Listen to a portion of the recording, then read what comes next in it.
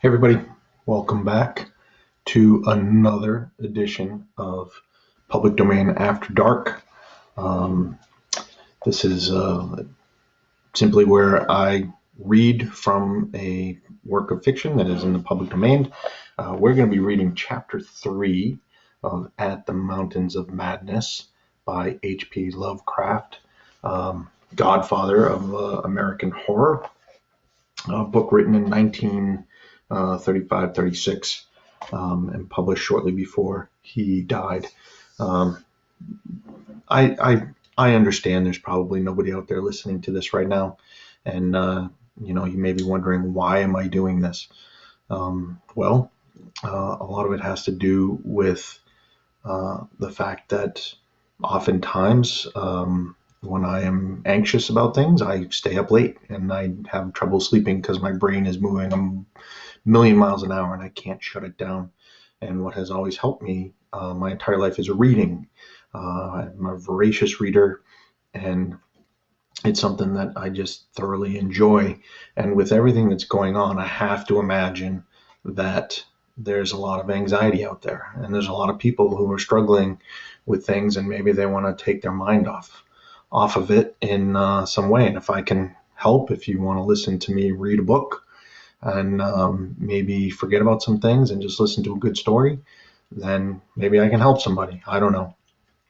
I'm sure there's probably nobody up right now. It is almost 1:30 in the morning.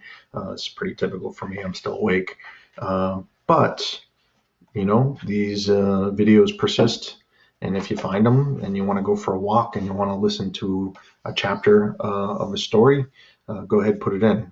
If you want to use my voice to help you get some sleep, by all means, do that as well. Whatever you want to do. I'm just, this is one of my ways that I'm trying to cope with everything that's going on, because I am certainly anxious about things and have, a lot of stuff going on and a lot of worry and concern with what's happening around us. So this is just a coping mechanism for me, and I'm trying to put some good vibes out in the world.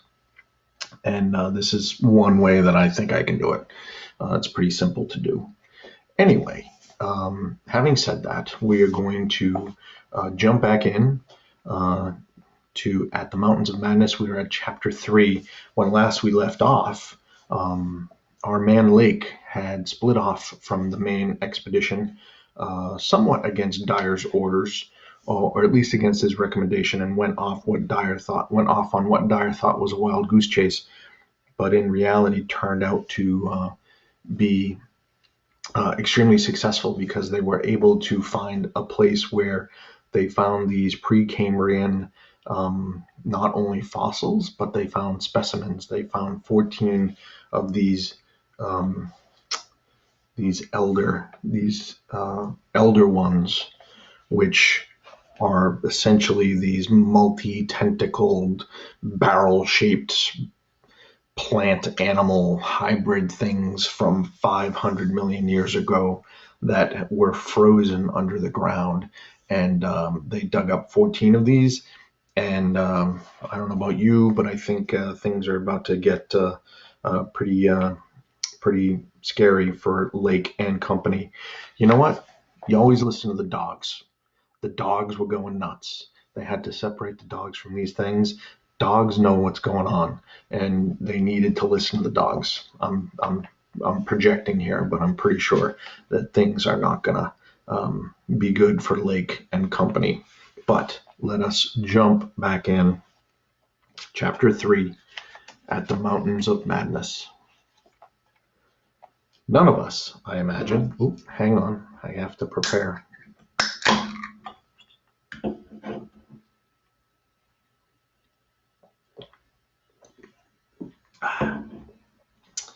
None of us, I imagine, slept very heavily or continuously that morning, for both the excitement of Lake's discovery and the mounting fury of the wind were against such a thing. So savage was the blast, even where we were, that we could not help wondering how much worse it was at Lake's camp, directly under the vast unknown peaks that bred and delivered it. McTighe was awake at 10 o'clock and tried to get Lake on the wireless, as agreed, but some electrical condition in the disturbed air to the westward seemed to prevent communication. We did, however, get the Arkham, and Douglas told me that he had likewise been vainly trying to reach Lake. He had not known about the wind, for very little was blowing at McMurdo Sound despite its persistent rage where we were. Throughout the day, we all listened anxiously and tried to get Lake at intervals, but invariably without results.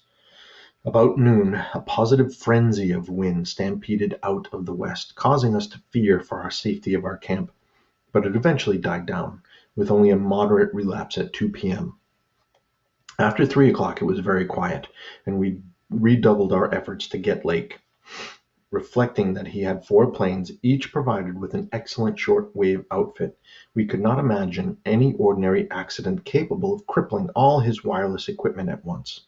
Nevertheless, the stony silence continued, and when we thought of the delirious force the wind must have had in his locality, we could not help making the most direful conjectures. By 6 o'clock our fears had become intense and definite, and after a wireless consultation with Douglas and Thorfinson, I resolved to take steps toward investigation. The 5th airplane, which we had left at the McMurdo Sound supply cache with Sherman and 2 sailors, was in good shape and ready for instant use, and it seemed that the very emergency for which it had been saved was now upon us. I got Sherman by wireless and ordered him to join me with the plane and the 2 sailors at the southern base as quickly as possible, the air conditions being apparently highly favorable. We then talked over the personnel of the coming investigation party and decided that we would include all hands, together with the sledge and dogs which I had kept with me. Even so great a load would not be too much for one of the huge planes built to our especial orders for heavy machinery transportation. At intervals, I still tried to reach Lake with the wireless, but all to no purpose. Excuse me. Sherman, with the sailors Gunnarsson and Larsen, took off at 7:30 and reported a quiet flight from the several points on the wing. They arrived at our base at midnight, and all hands at once discussed the next move. It was risky business sailing over the Antarctic in a single aeroplane without any lines of bases, but no one drew back from what seemed like the plainest necessity. We turned in at 2 o'clock for a brief rest after some preliminary loading of the plane, but were up again in 4 hours to finish the loading and packing. At 7:15 a.m. January 25th, we started flying northwestward under McTighe's pilotage with 10 men, 7 dogs, a sledge, a fuel and food supply, and other items, including the plane's wireless outfit. The atmosphere was clear, fairly quiet, and relatively mild in temperature, and we anticipated very little trouble in reaching the latitude and longitude designated by Lake as the site of his camp. Our apprehensions were over what we might find or fail to find at the end of our journey, for silence continued to answer all calls dispatched to the camp. Every incident of that 4.5-hour flight is burned into my recollection because of its crucial position in my life. It marked my loss at the age of 54 of all that peace and balance which the normal mind possesses through its accustomed conception of external nature and nature's laws. Thenceforward the 10 of us, but the student Danforth and myself above all others, were to face a hideously amplified world of lurking horrors, which nothing can erase from our emotions, and which we would refrain from sharing with mankind in general if we could. The newspapers have printed the bulletins we sent from the moving plane, telling of our non-stop course, our 2 battles with treacherous upper air gales, our glimpse of the broken surface where Lake had sunk his mid-journey shaft 3 days before, and our sight of a group of those strange fluffy snow cylinders noted by Amundsen and Bird as rolling in the wind across the endless leagues of frozen plateau. There came a point, though, when our sensations could not be conveyed in any words the press would understand, and a later point when we had to adopt an actual rule of strict censorship. The sailor Larsen was first to spy the jagged line of witch-like cones and pinnacles ahead, and his shouts sent everyone to the windows of the great cabined plane. Despite our speed, they were very slow in gaining prominence, hence we knew that they must be infinitely far off, and visible only because of their abnormal height.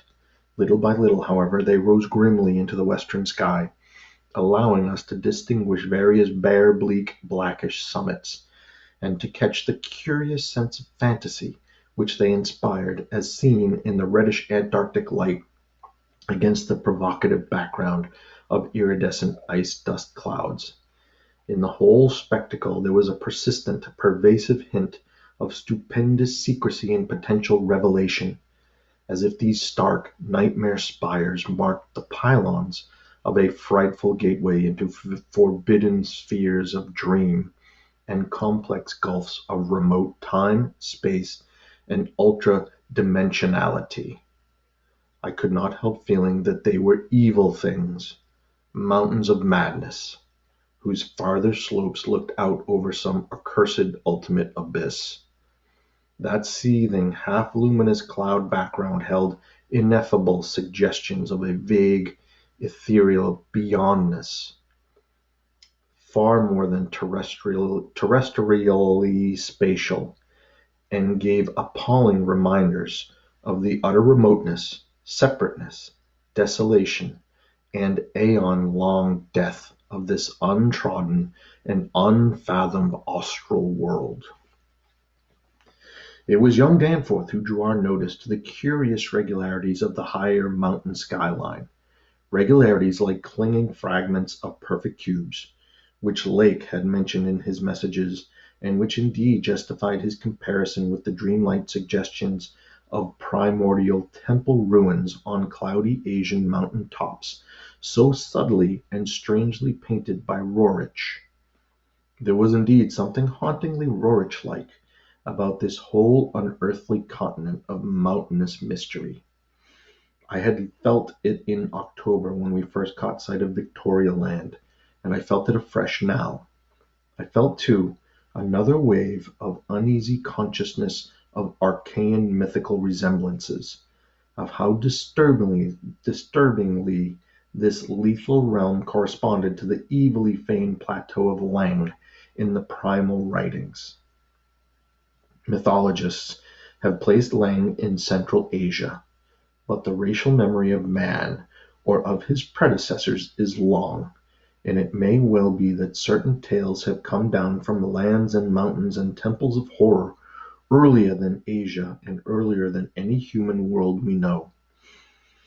A few daring mystics have hinted at a pre-Pleistocene origin for the fragmentary Naqatic manuscripts, and have suggested that the devotees of Sathagua were as alien to mankind as Sathagua itself. Leng, wherever in space or time it might brood, was not a region I would care to be in or near, nor did I relish the proximity of a world that had ever bred such ambiguous and archaean monstrosities as those Lake had just mentioned.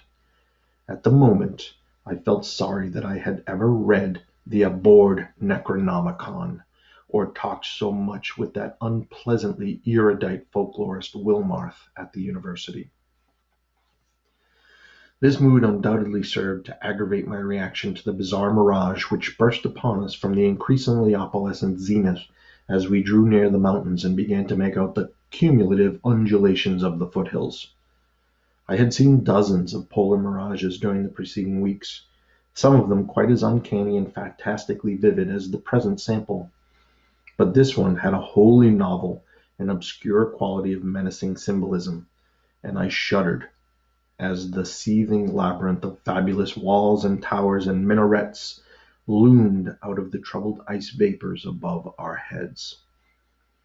The effect was that of a cyclopean city of no architecture known to man or to human imagination, with vast aggregations of night-black masonry embodying monstrous perversions of geometrical laws and attaining the most grotesque extremes of sinister bizarrerie.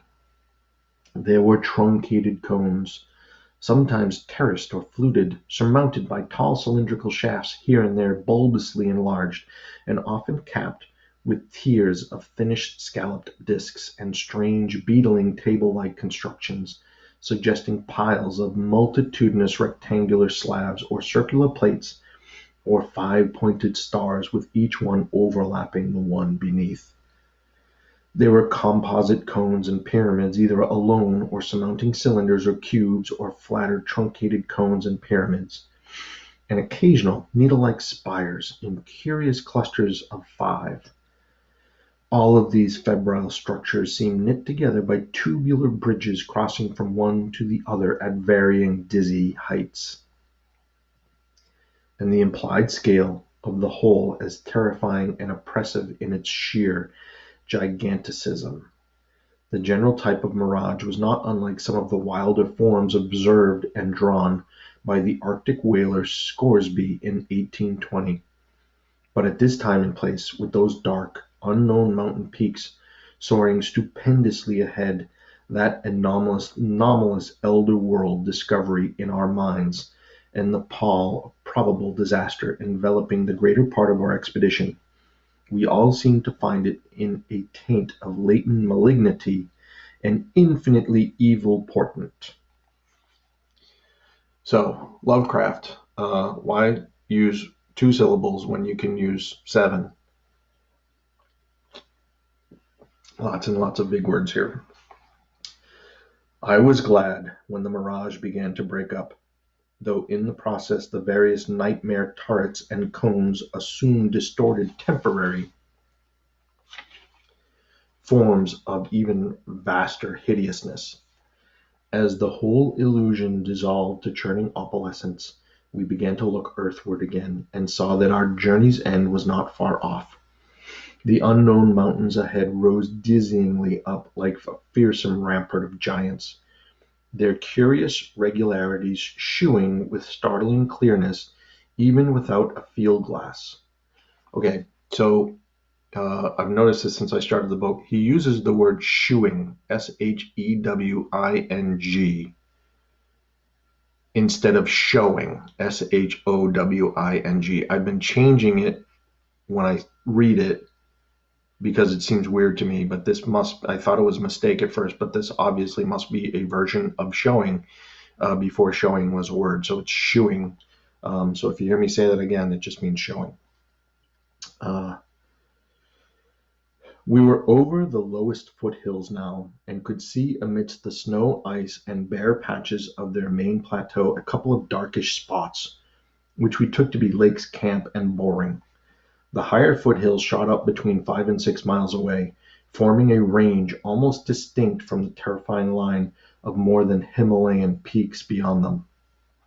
At length Ropes, the student who had relieved McTighe at the controls, began to head downward toward the left-hand dark spot whose size marked it as the camp. As he did so, McTighe sent out the last uncensored wireless message the world was to receive from our expedition. Everyone, of course, has read the brief and unsatisfying bulletins of the rest of our Antarctic sojourn. Some hours after our landing, we sent a guarded report of the tragedy we found, and reluctantly announced the wiping out of the whole lake party by the frightful wind of the preceding day, or of the night before that. 11 known dead, young Gedney missing. People pardoned our hazy lack of details through realization of the shock the sad event must have caused us, and believed us when we explained that the mangling action of the wind had rendered all 11 bodies unsuitable for transportation outside. Indeed, I flatter myself that even in the midst of our distress, utter bewilderment, and soul-clutching horror, we scarcely went beyond the truth in any specific instance. The tremendous significance lies in what we dared not tell, what I would not tell now, but for the need of warning others off from nameless terrors. Well, seems something bad happened to Lake and crew. It is a fact that the wind had wrought dreadful havoc. Whether all could have lived through it, even without the other thing, is gravely open to doubt. The storm, with its fury of madly driven ice particles, must have been beyond anything our expedition had encountered before. Our aeroplane shelter, all it seems had been left in a far too flimsy and inadequate state, was nearly pulverized, and the derrick at the distant mooring was entirely shaken to pieces. The exposed metal of the grounded planes and drilling machinery was bruised into a high polish, and two of the small tents were flattened, despite their snow banking. Wooden surfaces left out in the blast were pitted and denuded of paint, and all signs of tracks in the snow were completely obliterated. It is also true that we found none of the archaean biological objects in a condition to take outside as a whole. We did gather some minerals from a vast tumbled pile, including several of the greenish soapstone fragments whose odd five-pointed rounding and faint patterns of grouped dots caused so many doubtful comparisons, and some fossil bones, among which were the most typical of the curiously injured specimens. None of the dogs survived. Aw, sad. Uh, their hurriedly built snow enclosure near the camp being almost wholly destroyed. The wind may have done that, though the greater breakage on the side next the camp, which was not the windward one, suggests an outward leap or break of the frantic beasts themselves. All three sledges were gone, and we have tried to explain that the wind may have blown them off into the unknown. The drill and ice-melting machinery at the boring were too badly damaged to warrant salvage, so we used them to choke up that subtly disturbing gateway to the past which Lake had blasted. We likewise left at the camp the two most shaken up of the planes, since our surviving party had only four real pilots: Sherman, Danforth, McTighe, and Ropes. In all, with Danforth in a poor nervous shape to navigate, we brought back all the books, scientific equipment, and other incidentals we could find, though much was rather unaccountably blown away. Spare tents and furs were either missing or badly out of condition.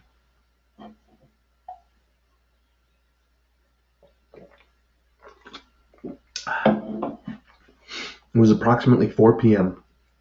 after wide plain cruising had forced us to give Gedney up for lost, that we sent our guarded message to the Arkham for relaying, and I think we did well to keep it as calm and non-committal as we succeeded in doing.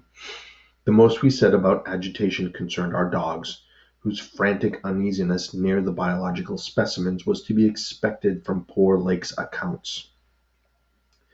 We did not mention, I think, their display of the same uneasiness when sniffing around the queer greenish soapstones and certain other objects in the disordered region. Objects including scientific instruments, aeroplanes, and machinery both at the camp and at the mooring, whose parts had been loosened, moved, or otherwise tampered with by winds that must have harbored singular curiosity and investigativeness.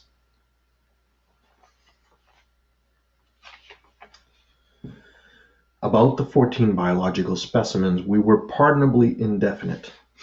We said that the only ones we discovered were damaged, but that enough was left of them to prove Lake's description wholly and impressively accurate. It was hard work keeping our personal emotions out of this matter, and we did not mention numbers or say exactly how we had found those which we did find.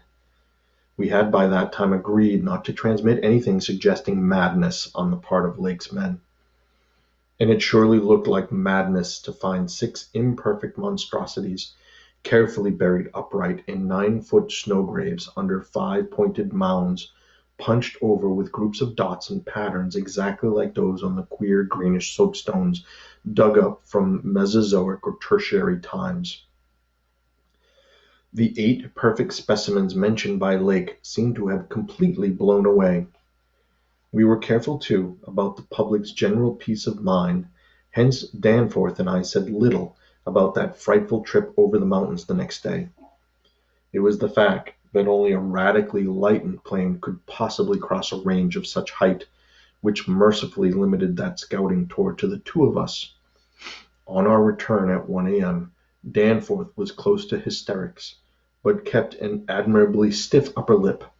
It took no persuasion to make him promise not to shew our sketches and the other things we brought away in our pockets, not to say anything more to the others than what we had agreed to relay outside, and to hide our camera films for private development later on. So that part of my present story will be as new to Peabody, McTighe, Ropes, Sherman, and the rest as it will be to the world in general. Indeed, Danforth is closer mouthed than I, for he saw, or thinks he saw, one thing he will not tell even me.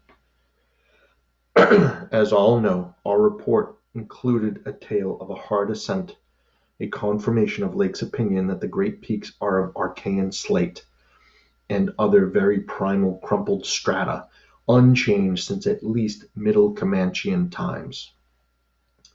A conventional comment on the regularity of the clinging cube and rampart formations, a decision that the cave mouths indicated dissolved calcareous veins, a conjecture that certain slopes and passes would permit of the scaling and crossing of the entire range by seasoned mountaineers, and a remark that the mysterious other side holds a lofty and immense super-plateau as ancient and unchanging as the mountains themselves, 20,000 feet in elevation, with grotesque rock formations protruding through a thin glacial layer, and with low gradual foothills between the general plateau's surface and the sheer precipices of the highest peaks.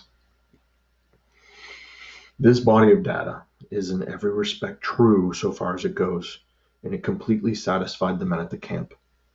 We laid our absence of 16 hours, a longer time than our announced flying, landing, reconnoitering, and rock collecting program called for, to a long mythical spell of adverse wind conditions, and told truly of our landing on the farther foothills. Fortunately, our tale sounded realistic and prosaic enough not to tempt any of the others into emulating our flight. Had any tried to do that, I would have used every ounce of my persuasion to stop them, and I do not know what Danforth would have done. While we were gone, Peabody, Sherman, Ropes, McTighe, and Williamson had worked like beavers over Lake's two best planes, fitting them again for use, despite the altogether unaccountable juggling of their operative mechanism. We decided to load all the planes the next morning and start back for our old base as soon as possible. Even though indirect, that was the safest way to work toward McMurdo Sound, for a straight-line flight across the most utterly unknown stretches of the aeon-dead continent would involve many additional hazards. Further exploration was hardly feasible in view of our tragic decimation and the ruin of our drilling machinery, and the doubts and horrors around us, which we did not reveal, made us wish only to escape from this austral world of desolation and brooding madness as swiftly as we could. As the public knows, our return to the world was accomplished without further disasters.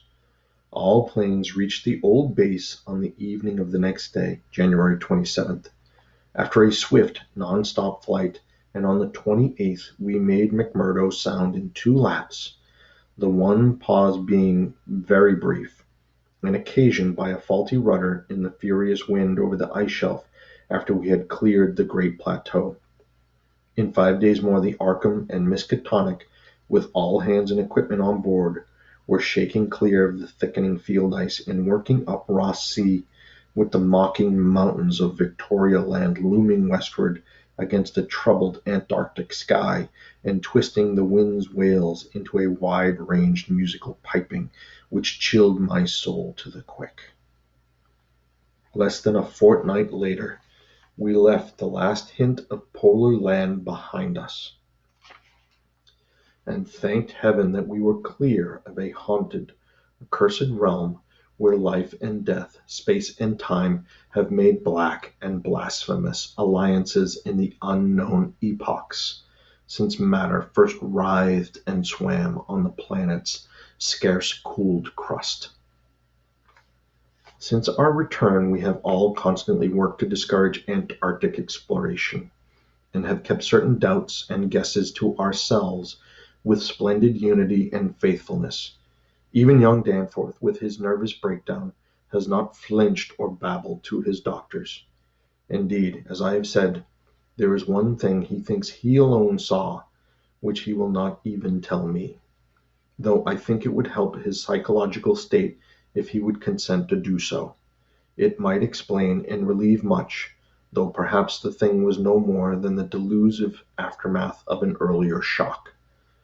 That is the impression I gather after those rare irresponsible moments when he whispers disjointed things to me, things which he repudiates vehemently as soon as he gets a grip on himself again.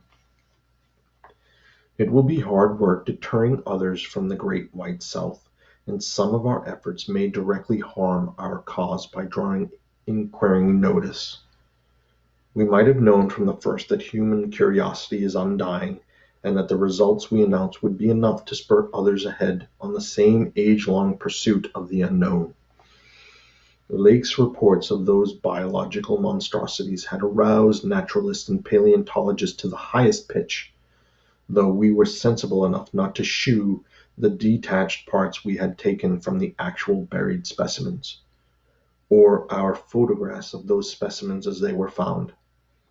We also refrained from shewing the more puzzling of the scarred bones and greenish soapstones, while Danforth and I have closely guarded the pictures we took or drew on the super plateau across the range, and the crumpled things we smoothed, studied in terror, and brought away in our pockets.